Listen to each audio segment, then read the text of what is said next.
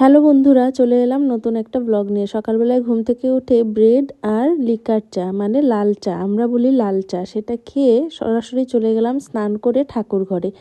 ওষুধ ওঠার পর আজকে আমি প্রথম ঠাকুর ঘরে পুজো দিতে এলাম, কারণ এমনিতে তো রান্নাবান্নার সাইডটাই আমি থাকি আর মাই পুজো টুজো দেয়। আজকে আমি পুজো দিতে এলাম আর মা ওইদিকে রান্নাবান্না করছে।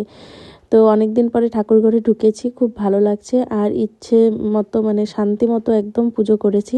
পুজো করতে গেলে দেখবে শান্তির প্রয়োজন, তখন যদি কানের সামনে হুলস্থুল হতে থাকে বা হাল্লা চিল্লা হতে থাকে তখন কিন্তু একদমই ভালো লাগে না। কিয়ান মাঝে মধ্যে এসে ডিস্টার্ব করছিল, কিন্তু তারপর আবার ফোনটা দিয়ে বসিয়ে রাখলাম, না হলে না পুজো করে একদমই শান্তি লাগে না। তারপর গোপসোনাকে স্নান টান করিয়ে গরম জামা টামা পরিয়ে সিংহাসনে বসালাম।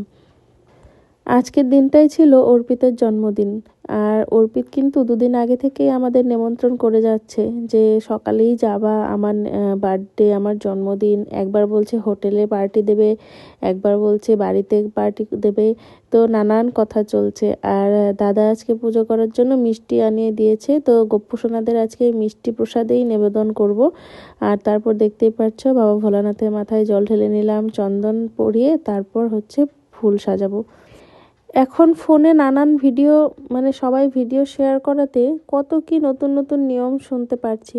কখনো কেউ কেউ বলে যে শিব ঠাকুরকে হলুদ ফুল দিতে নেই, আবার কেউ কেউ বলে লাল ফুল দিতে নেই, কেউ কেউ বলে সাদা ফুল দিতে নেই। তো আমি কিন্তু যেমন করে আগে থেকে করে এসেছি তেমন করেই করি, গাঁদা ফুলটা দেই আর জবা ফুলটা দেই না। আর সাদা ফুল, ধোত্রা ফুল, নীলকণ্ঠ ফুল এইসবই বেশিরভাগ দেওয়া হয়। নীলকণ্ঠ ফুলের গাছ আছে ছাদে, নীলকণ্ঠ ফুল ফুটলে তখন নীলকণ্ঠ ফুল দিয়েই মানে ভোলানাথকে পুজো করা হয়। আর আজকে তো নীলকণ্ঠ ফুল ফোটেনি, আর তাই গাঁদা ফুল ছিল, গাঁদা ফুলই দিলাম। এখন জানি না কি ফুল দিতে হয়, কি ফুল দেওয়া চলে, সেটা একমাত্র ভোলানাথই বলতে পারবে। হরে হরে হরে কৃষ্ণ কৃষ্ণ কৃষ্ণ কৃষ্ণ হরে হরে, হরে রাম রাম রাম হরে হরে। ওম নমো ভগবতে বাসুদেবায় নমো, ওম নমো ভগবতে বাসুদেবায় নমো, ওম নমো ভগবতে বাসুদেবায় নমো। গুরু ব্রহ্মা গুরু বিষ্ণু গুরুদেব মহেশ্বর গুরু সাক্ষাৎ পরব্রহ্ম তস্मै শ্রী গুরুবে নমঃ। অখণ্ড মণ্ডলাকারং ব্যক্তং যেন চরাচরং তৎপাদং দর্শিতং যেন তস্मै শ্রী গুরুবে নমঃ। সর্বমঙ্গল মাঙ্গল্যে শিবে সর্বার্থ সাধিকে শরণ্যে ত্র্যম্বকে গৌরী নারায়ণী নমস্তুতে। জয়ন্তী মঙ্গলা কালী ভদ্রকালী কপালিনী দুর্গা শিবা সমাধাত্রী সাহা সুধা নমস্তুতে। বক্রতুণ্ড মহাকালী সূর্যকোটি সমপ্রভা নির্বিঘ্ন কুর্মদেব সর্বকার্যেষু সর্বদা। গঙ্গা গীতা সাবিত্রী সীতা সত্তা পতিব্রতা ব্রহ্মা বলি ব্রহ্মা বিদ্যা ত্রিসন্ধ্যা মুক্তি গেহিনী অর্ধমাত্রা চিদানন্দ ভবক নিভ্রান্তি নাশিনী বেদত্রয়ী পরানন্দ তথা তু জ্ঞান মঞ্জুরি। জয় গীতা জয় গীতা জয় গীতা। পাপহং পাপ কর্মাহং পাপাত্মা পাপ সম্ভব ত্রাহিমাং পুণ্ডরীকাক্ষ সর্ব পাপ হর হরি। কৃষ্ণায় বাসুদেবায় দেবকী নন্দায় চ অশু শুক্লেশনাশায় গোবিন্দায় নমো নমঃ। হে শ্রীকৃষ্ণ করুণা সিন্ধু দীন বন্ধু জগৎপতে গোপেশ গোপিকা কান্ত রাধা কান্ত নমস্তুতে। হরে কৃষ্ণ কৃষ্ণ কৃষ্ণ হরে হরে, হরে রাম রাম রাম হরে হরে।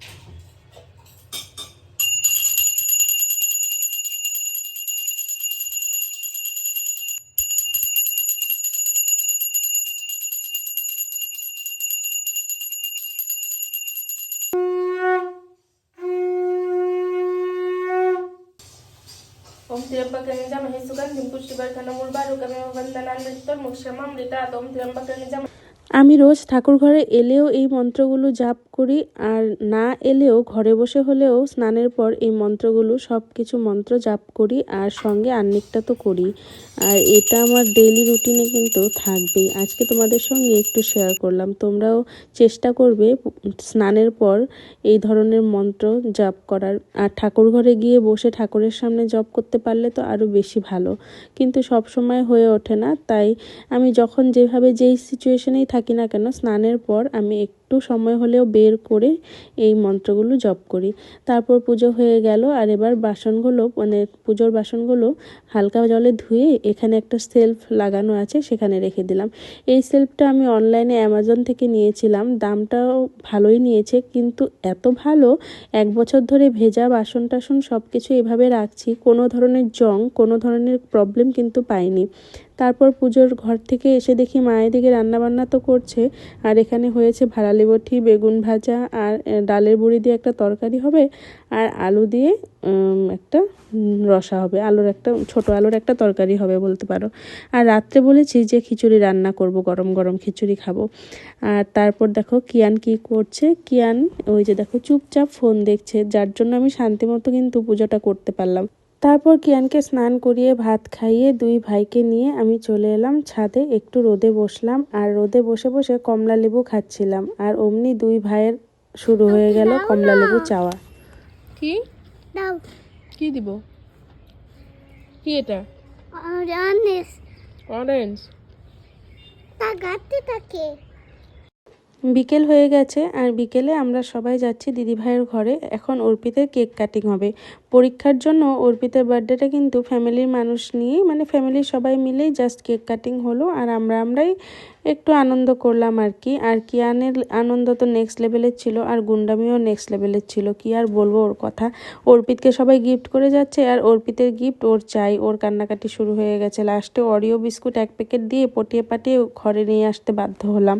তো তারপরে যে দেখতেই পাচ্ছ কেক টেক সব কিছু সাজিয়ে গুছিয়ে রেখেছে দিদিভাই। আর এবার এক এক করে সবাই আশীর্বাদ করে নিচ্ছে। প্রথমে বাবা আশীর্বাদ করছে। যখন বিয়ে হয়ে আসি অর্পিত তখন ছোট, হাঁটাও শেখেনি। আর বিয়ের পর থেকে ও ছিল আমার বাহনই বলতে পারো। আমি যেখানে যেতাম আমার সঙ্গে যেত। আমি বরপেটায় যদি সারাদিনের জন্য যেতাম, আমার সঙ্গে সারাদিন বরপেটায় থাকতো। আমার রুমে দুপুরে ঘুমিয়ে পড়তো, সন্ধেবেলায় ঘুম থেকে উঠে আসতো। অর্পিত একদমই ঠান্ডা ছিল ছোটোবেলায়, কোনো জেদ ছিল না, কোনো কিচ্ছু না, ও সবার কোলে যেত। আর কিয়ানটা একদম তার অপোজিট হয়েছে, না কারো কাছে যায়, না কারো কাছে থাকে, আর সব কথার মধ্যে জেদ আর কান্নাকাটি। আর এবার আশীর্বাদ করছে দাদা, মানে আমার ভাসুর। আর দাদা দিদিভাইকে আমরা সবাই মিলে বলছিলাম যে অর্পিতের পরীক্ষার ছুতোতে ভালোই হলো, খরচাটা বেঁচে গেল, পার্টিটাও দিল না আমাদের।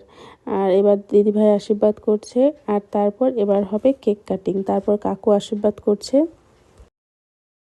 Happy birthday to you, happy birthday to you, happy birthday to you. Kiaan কয়েকদিন ধরে সবার বার্থডে অ্যাটেন্ড করছে, আর আমাকে একটাই প্রশ্ন করে যাচ্ছে যে আমার বার্থডে কবে, আমার বার্থডে কবে। কিয়ানের বার্থডে হচ্ছে 24 ডিসেম্বর। তারপর দিদিভাই আমাদের সিঙ্গারা, মিষ্টি, পায়েস, কেক খাওয়ালো। আর তারপর উপরে এসে, মানে ঘরে এসে খিচুড়ি রান্না হলো, বকফুলের বড়া ভাজা হলো, আর গরম গরম খিচুড়ি দিয়ে ডিনারটা কমপ্লিট করে নিলাম। আজকের ব্লগটা এখানেই শেষ করছি। ভালো লাগলে অবশ্যই একটা করে লাইক কমেন্ট করো। টাটা।